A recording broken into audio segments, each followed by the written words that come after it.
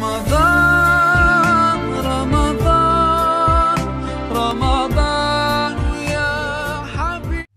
Bismillahirrahmanirrahim. Assalamualaikum warahmatullahi wabarakatuh.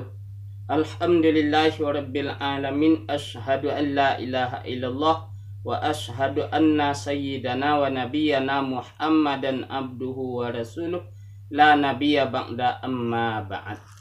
Ayyuhas shaimin was shaimat rahimakumullah. Pada pertemuan kali ini kita ingin berbicara tentang latihan sabar melalui pelaksanaan ibadah puasa. Dalam satu ayat Allah Subhanahu wa taala mengatakan wasta'inu bis-sabri was-shalah. Mintalah pertolongan kepada Allah dengan memiliki sifat sabar dan melaksanakan ibadah salat. Ulama menafsirkan kata sabar di sana dengan berbagai macam penafsiran. Di antaranya artinya sifat sabar.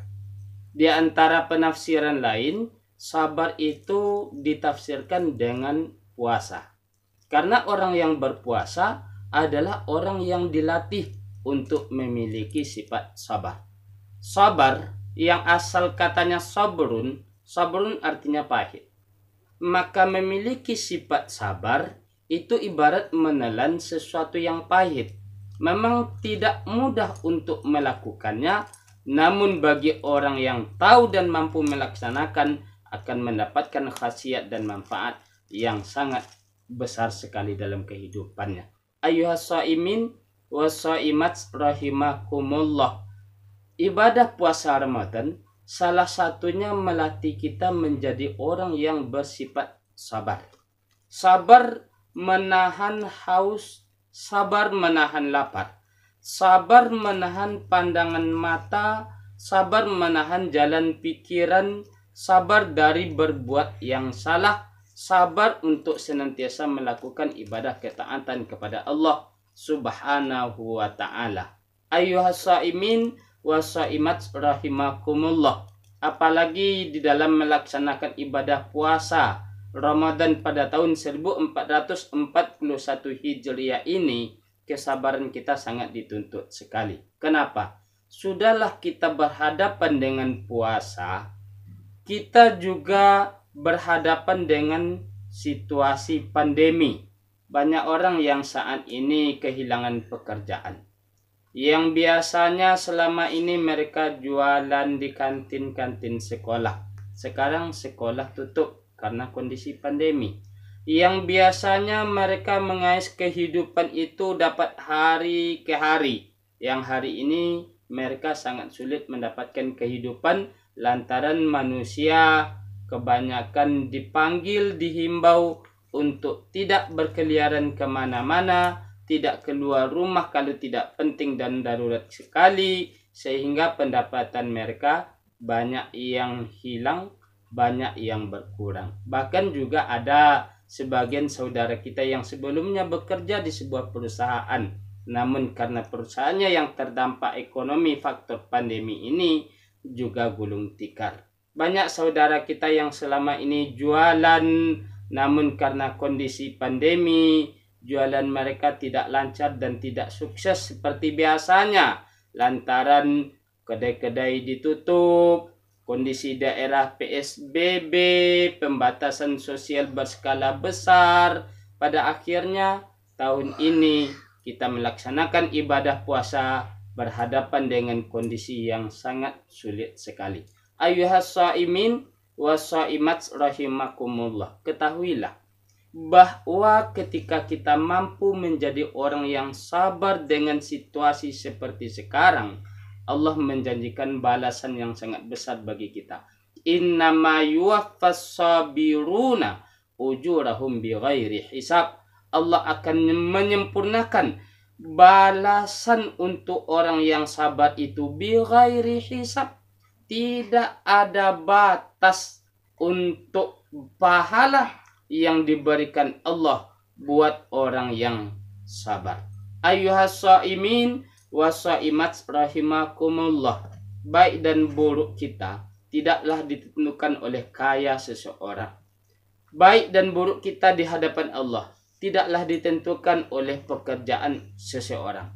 Baik dan buruk kita di hadapan Allah tidaklah ditentukan oleh jabatan seseorang. Baik dan buruk kita di hadapan Allah tergantung bagaimana hati kita kepada Allah. Innallaha la yanzuru ila suwarikum. Allah tak pernah melihat bentuk kalian. Wala ila amwalikum. Allah tak pernah melihat harta benda kalian. Walaki yanzuru ila qulubikum. Tapi Allah melihat hati kalian. Adakah hati kita termasuk hati orang yang sabar dengan cobaan Allah Subhanahu wa ta'ala? Kemiskinan yang kita alami dalam kehidupan jangan bikin saudara kami menjadi sedih dan susah.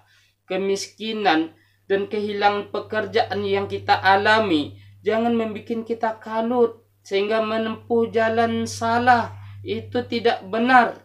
Kita orang yang percaya dengan Allah Subhanahu wa ta'ala. Kita percaya bahwa rezeki kita di dalam genggaman Allah Subhanahu wa ta'ala. Kita ingat suatu ketika Nabi Allah Musa alaihissalam bertanya kepada Allah tentang bagaimana cara engkau memberi makan rezeki, memberi rezeki makhlukmu ya Allah. Kata Allah, Musa, tidakkah engkau percaya bahwa aku memberi rezeki seluruh makhlukku? Kata Nabi Musa, aku percaya ya Allah, tapi aku ingin bukti darimu. Bagaimana cara engkau memberi rezeki makhlukmu? Wahai Musa, kata Allah, di tanganmu kan ada sebuah tongkat. Nabi Musa diberi satu mukjizat oleh Allah. Di antara mukjizat itu ada tongkat. Tongkat Nabi Musa bisa membelah laut. Tongkat Nabi Musa bisa membelah batu. Tongkat Nabi Musa sangat luar biasa. Tongkat Nabi Musa bisa menjadi ular. Suatu ketika Allah berkata kepada Musa, hai Musa, di tanganmu kan ada tongkat. Ada batu di hadapanmu. Pukul batu itu dengan tongkatmu. Tak dipukul oleh Nabi Musa. Belah batu tersebut. Di dalam batu itu ada batu. Pukul lagi batu itu, hai Musa. Dipukul lagi oleh Nabi Musa. Tak belah lagi batu tersebut. Di dalam batu yang kedua ada batu. Pukul lagi, hai Musa, kata Allah. Tak dipukul lagi. Pecah lagi di dalam batu yang ketiga ada batu. Sampai 7 kali. Pada batu yang ke-7 tak belah. Ada seekor semut sedang memakan makanan. Allah berkata kepada Musa, hai Musa, kau yakin dan percaya siapa yang memberi rezeki semut di dalam batu yang ke-7 tersebut? Kalau bukan aku, kata Allah. Untuk itu jangan kita sedih. Rezeki kita pasti ada di sisi Allah. Sebelum rezeki kita habis, ajal kita tak akan datang. Untuk itu sabar. Berusaha kita mencari nafkah dari satu pekerjaan ke pekerjaan lain, itu sunatullah.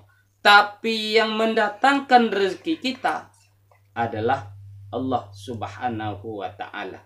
Berusaha kita dengan jualan dan segala macam, itu sunatullah. Tapi yang mendatangkan rezeki kita adalah Allah Subhanahu wa ta'ala. Untuk itu mari kita berusaha, tapi barengi usaha kita dengan doa dan sifat sabar. Ayuhas shaimin wa shaimat rahimakumullah. Jangan sedih menjadi orang yang miskin. Jangan sedih menjadi orang yang susah. Di dalam sebuah kitab Targhib wa Tarhib karangan Imam Al-Manzari, kitab motivasi untuk beramal, kitab Tarhib, warning, peringatan untuk meninggalkan hal-hal yang dibenci oleh Allah dan Rasulullah. Dalam kitab Targhib wa Tarhib, kita melihat sebuah hadis. Suatu ketika Rasulullah Sallallahu Alaihi Wasallam memegang tangan Abi Dzar Al-Ghifari. Rasul keluar bersama Abi Dzar. Ketika Rasul keluar bersama Abi Dzar, Rasul berkata, ya Abu Dzar, wahai Abu Dzar, di hadapan kita ada rintangan bukit yang sangat tinggi. Tidak ada orang yang bisa melewati bukit yang tinggi ini kecuali hanya orang yang membawa beban yang sangat ringan. Lalu Abu Dzar bertanya, "Ya Rasulullah, apakah saya ini termasuk orang yang ringan beban saya atau termasuk orang yang berat?" Rasul bertanya, "Apakah kamu memiliki persediaan makanan untuk hari ini?" Kata Abu Dzar, "Saya punya ya Rasul." Rasul tanya lagi, "Apakah kamu memiliki persediaan makanan untuk hari esok?" Kata Abu Dzar, "Saya punya ya Rasulullah."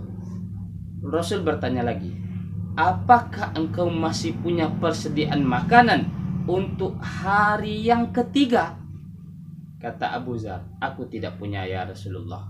Kata Rasul, "Antal mukhaffifin." Kalau begitu, engkau termasuk orang yang ringan bebannya. Coba bayangkan, Rasulullah memberikan gambaran kehidupan kepada Abu Dzar untuk menjadi orang yang ringan beban hisab kita di yaumil mahsyar nanti dengan memiliki 2 hari persediaan makanan, hari ini dan hari esok. Sekiranya kita memiliki persediaan sampai hari yang ketiga, Rasul menggambarkan itu beban cukup berat untuk dipertanggungjawabkan di hadapan Allah Subhanahu wa taala di yaumil mahsyar nantinya. Masya Allah. Ayyuhas shaimin wassaimat rahimakumullah. Terkadang hari ini kita walaupun kehilangan pekerjaan, masih ada uang yang kita simpan di rekening kita. Masih ada emas yang kita tabungkan. Lalu kita mengeluh kepada Allah Subhanahu wa taala. Khawatirnya kita termasuk orang yang tidak sabar dalam pandangan Allah Subhanahu wa taala. Ingatlah, Rasulullah mengatakan bahwa orang miskin lebih dahulu masuk surga dibandingkan orang kaya setengah hari. Berapa setengah hari tersebut? 1 hari di padang mahsyar nanti bimik dari khamsina alfasanah. 1 harinya berbandingkan 50.000 tahun. Sedangkan orang miskin lebih dulu masuk surga daripada orang kaya setengah hari. Berarti sekitar 25.000 tahun orang miskin lebih dulu masuk surga daripada orang yang kaya. Untuk itu, dengan kita dilatih beribadah puasa Ramadan, bertepatan pula dengan situasi pandemi, orang dihimbau untuk tidak keluar rumah. Sebagian daerah melaksanakan pembatasan sosial berskala besar. Mungkin pendapatan kita menurun, mungkin jualan kita tidak seperti biasanya, mungkin yang buruh harian juga tidak ada pekerjaan. Mungkin banyak di antara kita yang hari ini ekonominya yang sedang down, yang sedang menurun. Jangan mengeluh, jangan mengupat, miliki sifat sabar. Inilah hikmah puasa. Mudah-mudahan dengan kita menjadi orang yang sabar, Allah sediakan ganjaran, Allah sediakan balasan untuk kita yang tidak ada batas di akhirat kelak nanti hendaknya. Amin ya rabbal alamin. Allahumma a'inna ala dzikrika wa syukrika wa husni ibadatik. Subhanakallahumma wa bihamdika asyhadu an la ilaha illa anta astaghfiruka wa atubu ilaik. Assalamualaikum warahmatullahi wabarakatuh.